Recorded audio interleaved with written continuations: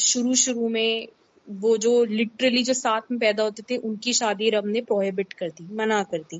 اسی پرکار سے ہمیں یہ بھی پتا ہے کہ ایک بلیور اور ایک نان بلیور کی شادی بھی رب نے پروہیبٹ کر دی، منع کر دی.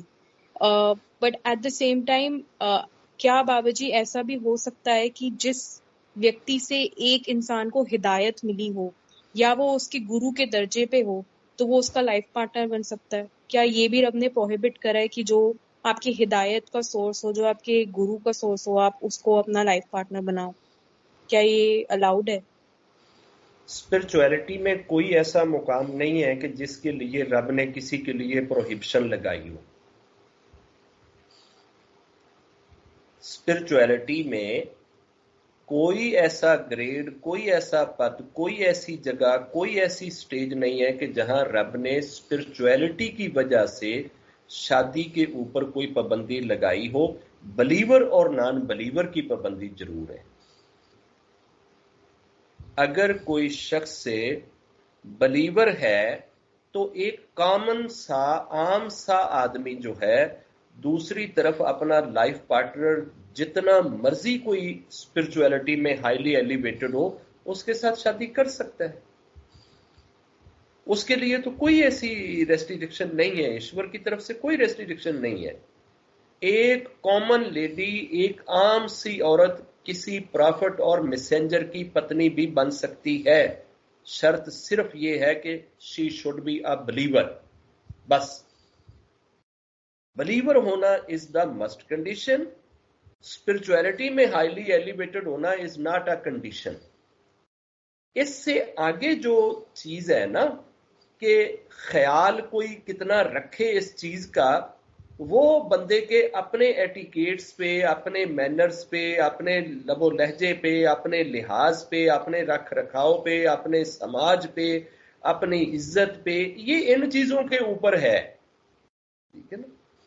اکثر لوگ مہا پرش جو ہیں وہ بہت ساری جگہوں پہ ایسا ملتا ہے کہ ایسی لیڈیز جو پاپوں میں گھری ہوئی ہوتی تھیں اور ان کے پاپوں کی وجہ سے جب وہ ایج کے اس حصے میں آتی تھیں، 35-40 سال کی ہو گئیں، اب پاپ کرنے کی بھی ہمت نہیں ہوتی تھی، گنجائش نہیں ہوتی تھی.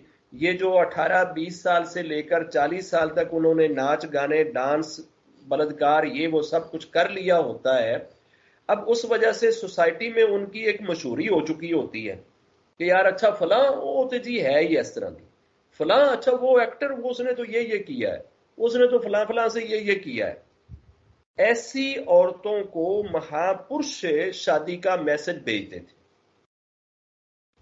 وقت کے مہاپرش ایسی لیڈیز کو شادی کا میسج بھیجتے تھے کہ جی میں آپ سے شادی کرنا چاہتا ہوں، کیا تو ہمیں قبول کرتی ہے، ہمیں ایکسپٹ کرتی ہے؟ تو وہ بیچاری شرم کے مارے گڑ جاتی تھیں کہ یار میں اور یہ والا مہاپرش، میرا اس کے ساتھ کیا تال میل بیٹھتا ہے جی، میرا اس کے ساتھ کیا جوڑ بیٹھتا ہے. اور ان کا مقصد صرف ان لوگوں کو اس لائن سے، اس لائف سے، اس گندگی سے، اس غلاظت سے ہمیشہ کے لیے نکالنا ہوتا تھا. اب ویسے بھی انسان جب 18-20 سال پاپ کر لیتا ہے نا تو پاپ کی لذت چلی جاتی ہے، صرف پچھتاوا رہ جاتا ہے. اور پاپ کہتے ہی اسے ہیں، خطا کہتے ہی اسے ہیں جو کرتے ہوئے لذیذ لگے لیکن بعد میں برا لگے. یہ خطا کی پہچان ہے. تو اب وہ جو 15-20 سال کی زندگی ہوتی ہے نا، وہ پہلے بڑی ٹیسٹی لگتی ہے اور بعد میں اسی چیز پہ انسان کو پچھتاوے ہونے لگتے ہیں. تو یہ ان کو پچھتاوے سے، ریپینٹمنٹ سے نکال دیتے تھے.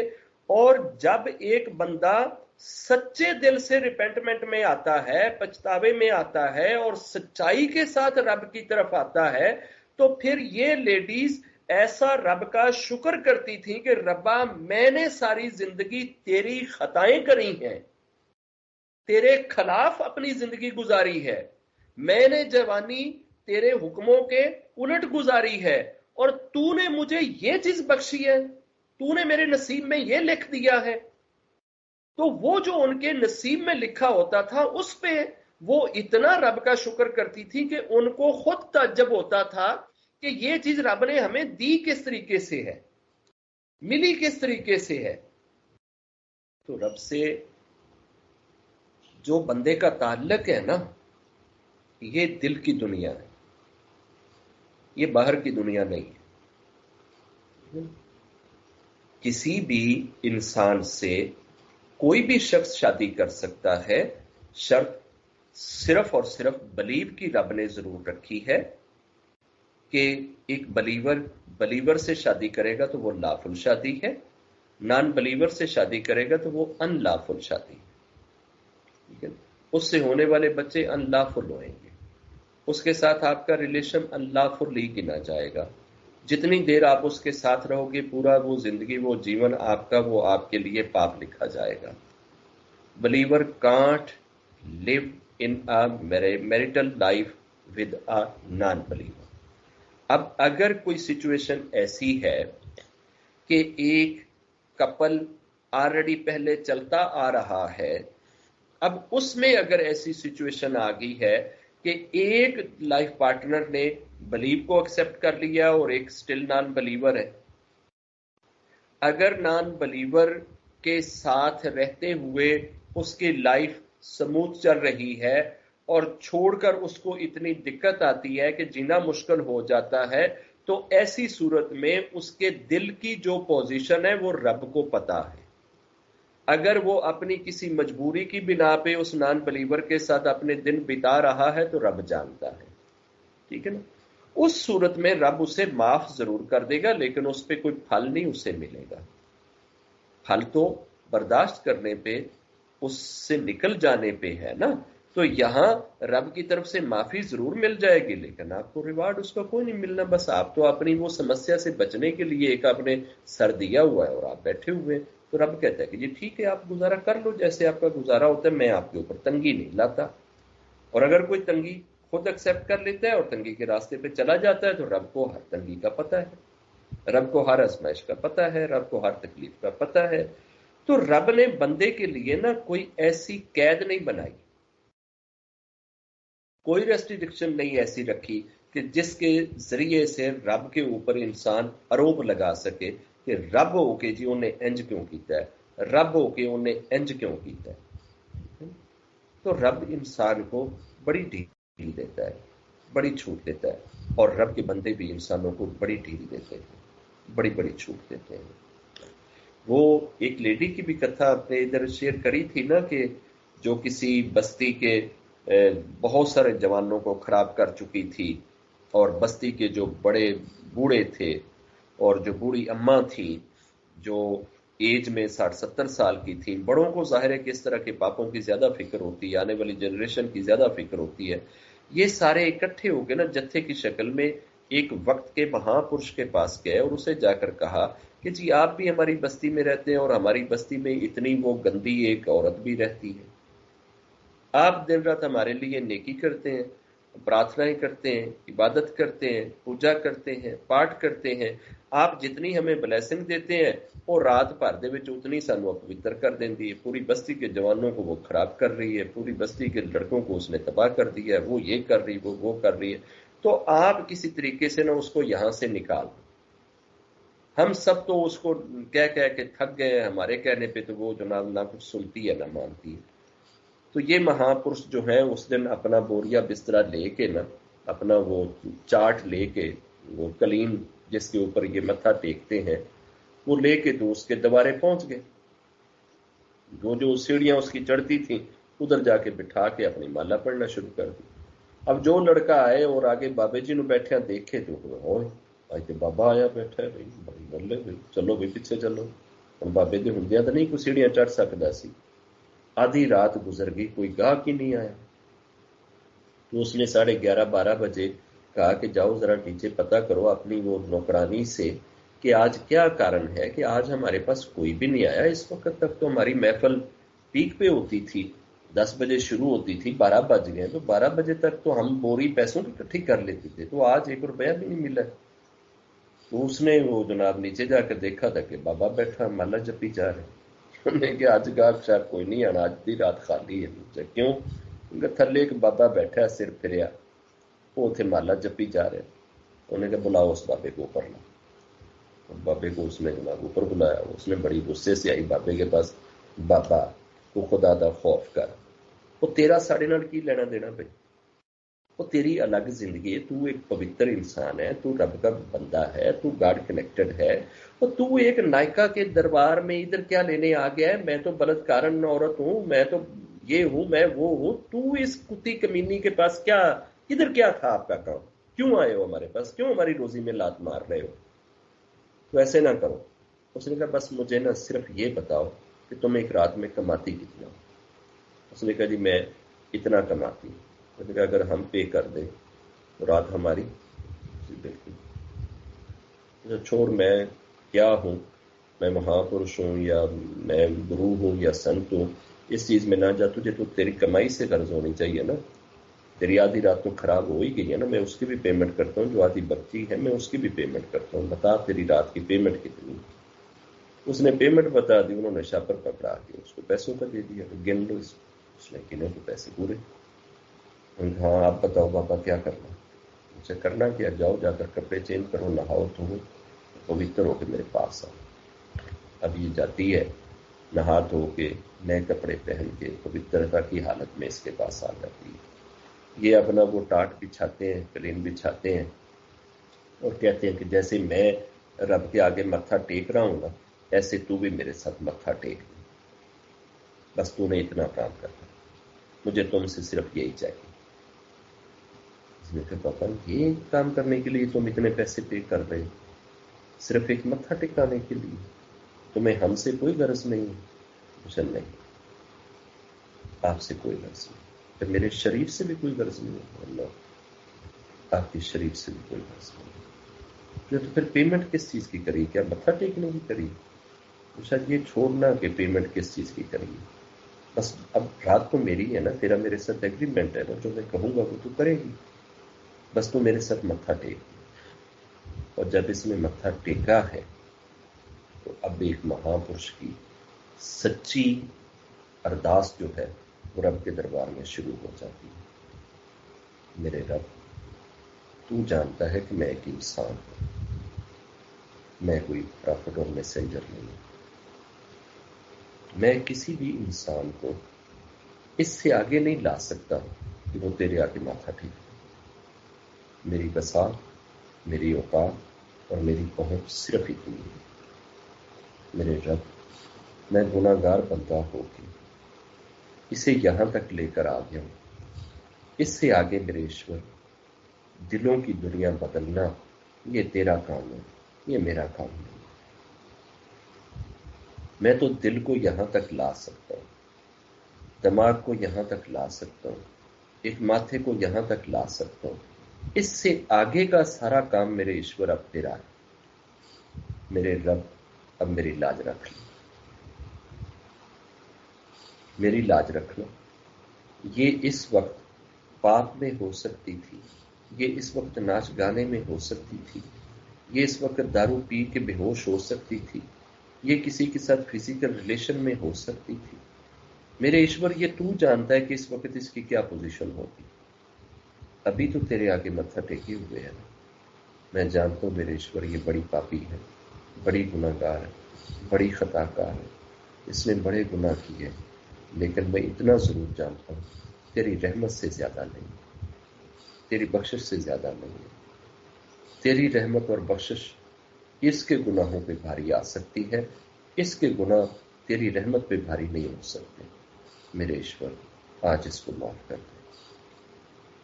جب انہوں نے اپنی ارداس, انہوں نے دعا اپنی لگائی اور سیدھی سدیا پہ بیٹھے ہوئے رب کے دربار میں گئی ہے, پھر رب نے اس کے دل کی دنیا بھی بدل دی, پھر وہ پوتر بھی ہو گئی.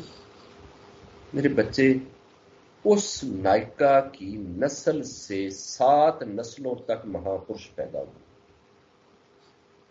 اس کا بیٹا بھی مہا پرش, اگلا بیٹا بھی مہا پرش, اگلا بیٹا بھی مہا پرش. 7 نسلوں تک اس نے مہا پرش جانے جو وقت کی سب سے گناہ گار, سب سے بڑی پاپی, سب سے بڑی خطا کار, سب سے بڑے گناہوں میں پڑی ہوئی تھی. ہم جس طریقے سے دنیا کو دیکھتے اور لیتے ہیں نا, یہ دنیا کو دیکھنے اور لینے کا انداز نہیں ہے. مہا پرش جو ہے نا وہ دل کے پگھلنے کی نا سپیڈ دیکھتے ہیں. ان کے پاس جو پیمانہ ہوتا ہے نا وہ دلوں کے اندر پھرنے کی نا ایبلٹی چیک کرتے ہیں کہ یار کس کا دل کب کتنی دیر میں کتنے سمے کے اندر پگھلتا ہے. بس مہاپرشوں کی نظر صرف اس چیز پہ ہوتی ہے. ہم بندوں کے نا وہ پاپ گنتے رہتے ہیں. ہم تو پیج اور بکس دیکھتے رہتے ہیں کہ اس نے کتنے کرے، اس نے کتنے کرے، اس نے کتنے کرے، اس نے کیا کیا کیا، اس کی زندگی کے کتنے سال کدھر گزرے، کتنے سال کس کے ساتھ گزارے، کتنے سالوں میں کیا کیا. یہ وہ نہیں دیکھا کرتے. مہاپرشوں کی نظر کسی اور چیز پہ ہوا کرتی ہے. کسی بھی خطا کار کو نیکوں کا سردار بننے میں دیر کو نہیں لگتی ہے. موسیس جی بھی تو گئے تھے نا اپنے فالوورز میں سے سب سے بڑے گناہ گار کے پاس، تو بیچ میں تو رات ہی گزری تھی نا. اگلے دن انہوں نے پوچھا تھا جو سب سے نیک ہے اس کے پاس جانا ہے، تو رب نے تو اسی کے دوار بھیج دیا تھا نا. یہ ساری لرننگ ہمارے لیے ہی تو تھی، یہ ساری ٹیچنگ ہمارے لیے ہی تو تھی کہ ایک انسان ایک دن پہلے گناہ گاروں میں سب سے ٹاپ پہ کھڑا ہے اور ایک رات کے اندر اندر نہ کوئی برت رکھا ہے، نہ کوئی کروا چوتھ کیا ہے، نہ کوئی لوٹا چوتھ کیا ہے، نہ کوئی ٹب چوتھ کیا ہے، نہ کوئی کینل چوتھ کیا ہے، نہ کوئی ریور چوتھ کیا ہے، نہ کوئی سمندرا چوتھ کیا ہے. کوئی چوتھ نہیں کیا. ٹھیک ہے نا. کوئی دان نہیں دیا، کوئی یگیا نہیں کیا، کوئی پوجا نہیں کری، کوئی پاٹ نہیں کرا، کوئی تپسیا نہیں کری. ٹھیک ہے نا. کوئی چلے نہیں کاٹے، کچھ نہیں کیا. کیا کیا ہے؟ اپنے رب سے صرف شمع مانگی، اپنے رب سے صرف معافی، بس. اور ٹوٹ کر مانگی ہے، رو کر مانگی ہے، پگھل کر مانگی ہے. وہ گناہ گار جو گناہوں پہ سمجھتا تھا کہ میرے گناہ اب اتنے ہیں کہ یہ آسمانوں کے چھت سے بھی بڑے ہو چکے ہیں، سمندروں سے بھی بڑے ہو چکے ہیں، پہاڑوں سے بھی بڑھ گئے ہیں، تو آخر پہ اس نے کہا کہ ہاں ایک چیز ہے جو میرے گناہوں سے اوپر بڑی ہو سکتی ہے، وہ صرف اور صرف میرے رب کی رحمت ہے کہ جس سے میرا ایشور مجھے بخش سکتا ہے. کیونکہ یہ میں جانتا ہوں کہ میرے ایشور کی رحمت جو ہے نا وہ سب سے اونچی ہے، سب سے بڑی. تو رب کیا اس بندے کی لاج نہ رکھتا، شرم نہ رکھتا؟ یقیناً وہ بہت لجا والا ہے، وہ بہت شرم والا ہے، وہ بہت بڑا کرپالو ہے، بہت بڑا دیالو. ہمیں اس کی کرپا اور دیا کا اگر اندازہ ہو جائے تو مجھے پیدا کرنے والے اس کریٹر کی قسم ہے ہم شرم سے مر جائیں گے. ہم زندہ نہیں رہ سکتے شرم کی وجہ سے کہ یار وہ اتنا بڑا کرپالو ہے اور پھر بھی ہم یہ کرتے ہیں. اس شرم سے ہم جی نہ سکیں، منہ ہی نہ دکھا سکیں اس کو، اگر اس کی کرپا اور اس کی دیا کا ہمیں فل آئیڈیا ہو جائے، فل اندازہ ہو جائے. ہمیں آئیڈیا ہی نہیں. ہم اندھیرے میں ہیں، ہم غفلت میں ہیں، ہم رب سے کٹے ہوئے ہیں، رب سے ڈسکنیکٹڈ ہیں، رب سے دور ہیں. ہم اتنے دور ہو چکے ہیں، اتنے دور ہو چکے ہیں، اتنے کٹ گئے ہیں، اتنے کروڑوں خربوں میلوں کا ہمارے اور رب کے بیچ میں ڈسٹینس پڑ گیا ہے کہ اب تو ہمیں رب کے ساتھ کنیکٹ ہونے کو ہی میننگ لیس ماننے لگتے ہیں کہ یار اس کی تو کوئی ضرورت ہی نہیں ہے، یہ تو ہونا ہی نہیں چاہیے. کیا ہونا چاہیے؟ بس یہ 2-4 گردوارے ہونے چاہیے اور ادھر جناب جا کے تو ہمیں بس متھے ٹیکنے چاہیے اور جناب لنگر بانٹنا چاہیے، تو ہمیں یہ کرنا چاہیے. رب کے ساتھ کیا لینا دینا؟ رب کو اس چیز سے کیا فرق پڑتا ہے؟ یہ ہے ہماری ڈسکنیکٹیوٹی کی سٹیج. اتنے کٹے ہوئے ہم نے نیکی کی لذت کو نہ کبھی چکھا نہیں، کبھی زندگی میں نیکی کی نہیں. اگر کبھی نیکی کی ہوتی ہے اور وہ خدا کے لیے کی ہوتی تو وہ زندگی میں اتنی ٹیسٹ بھر دیتی ہے، اتنا پیار بھر دیتی ہے، پھر بندے کو کہیں جانے جھکا نہیں چھوڑتی، پھر انسان کہیں جا نہیں سکتا۔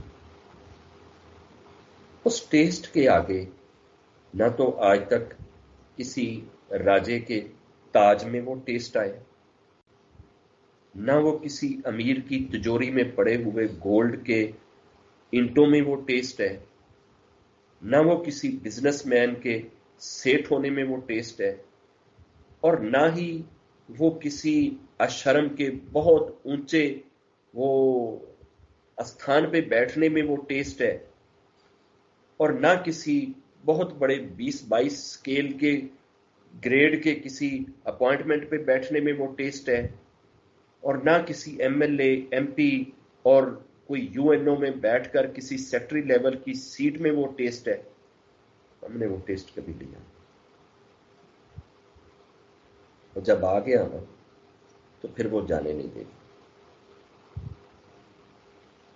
جس کو آ گیا وہ پھر جاتا نہیں ہے کہیں، پھر وہ اس ٹیسٹ سے پیچھے ہٹتا نہیں، پھر اسے دنیا کی بادشاہی دیں، لکھ کر لے جائیں کہ جناب یہ اسکام ہے اور اس کے اوپر لکھ دیا گیا ہے کہ you will be the secretary general of U N O, تو وہ اس کو ڈسٹ بن میں ڈال دے گا۔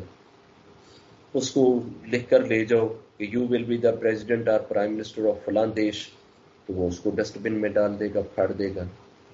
اس کو کہا جائے کہ جناب یہ کمرہ ہے، یہ سارا سونے کی اینٹوں سے بھرا ہوا یہ تمہارا ہے، تو وہ اس کو ٹھوکر مار دے گا۔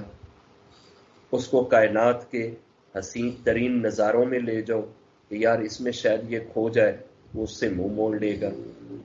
دنیا کا حسن اس کے سامنے رکھ دیا جائے، وہ توجہ نہیں دے گا۔ وہ ساری چیزوں سے کیوں کٹ جائے گا؟ کہاں چلا جائے گا؟ وہ اوریجنل ٹیسٹ کا فقیر ہو جائے گا، اس اصل لذت کا وہ دل دادا ہو جائے گا جو رب کے پیار سے ملتی ہے، جو ملتی ہی صرف رب کے دربار سے۔ کائنات میں ایسی کوئی شاپ نہیں ہے، ایسی کوئی دکان نہیں ہے، ایسا کوئی فیکٹری نہیں ہے، ایسا کوئی دوار نہیں ہے، ایسی کوئی جگہ نہیں ہے جہاں سے وہ چیز مل سکے۔ پرتھوی کے وہ نصیب میں نہیں ہے۔ رب اور رب کے پیارے، ان کے دوار سے جڑے رہا کرو، جڑے رہا کرو اور جڑنے کی کوشش کیا کرو۔ جو کچھ یہاں سے ملتا ہے نا وہ دنیا کے کسی کونے سے نہیں ملے گا، اور جس نے یہاں سے پا لیا نا پھر اس کی جولی کبھی خالی نہیں ہوتی۔ وہ کبھی اپنے آپ کو فقیر نہیں کہتا، نہ فقیر سمجھتا ہے، وہ دنیا کا سب سے امیر ہو جاتا ہے، کیونکہ اسے وہ دولت نصیب ہوتی ہے جس کا اینڈ کو نہیں ہے، جس میں ڈیڈ لائن کو نہیں ہے، جو ہمیشہ آگے کو جاتی ہے۔ میری بہت ساری دعائیں اور بہت سارا پیار آپ سب کے لیے۔ رب آپ کو اور آپ کے پریوار کو، آپ کے جاننے والوں کو، آپ کے بچوں کو، آپ کے محلے والوں کو، آپ کے چاہنے والوں کو، رب سب کو سرکشت رکھے، سب کو سلامت رکھے۔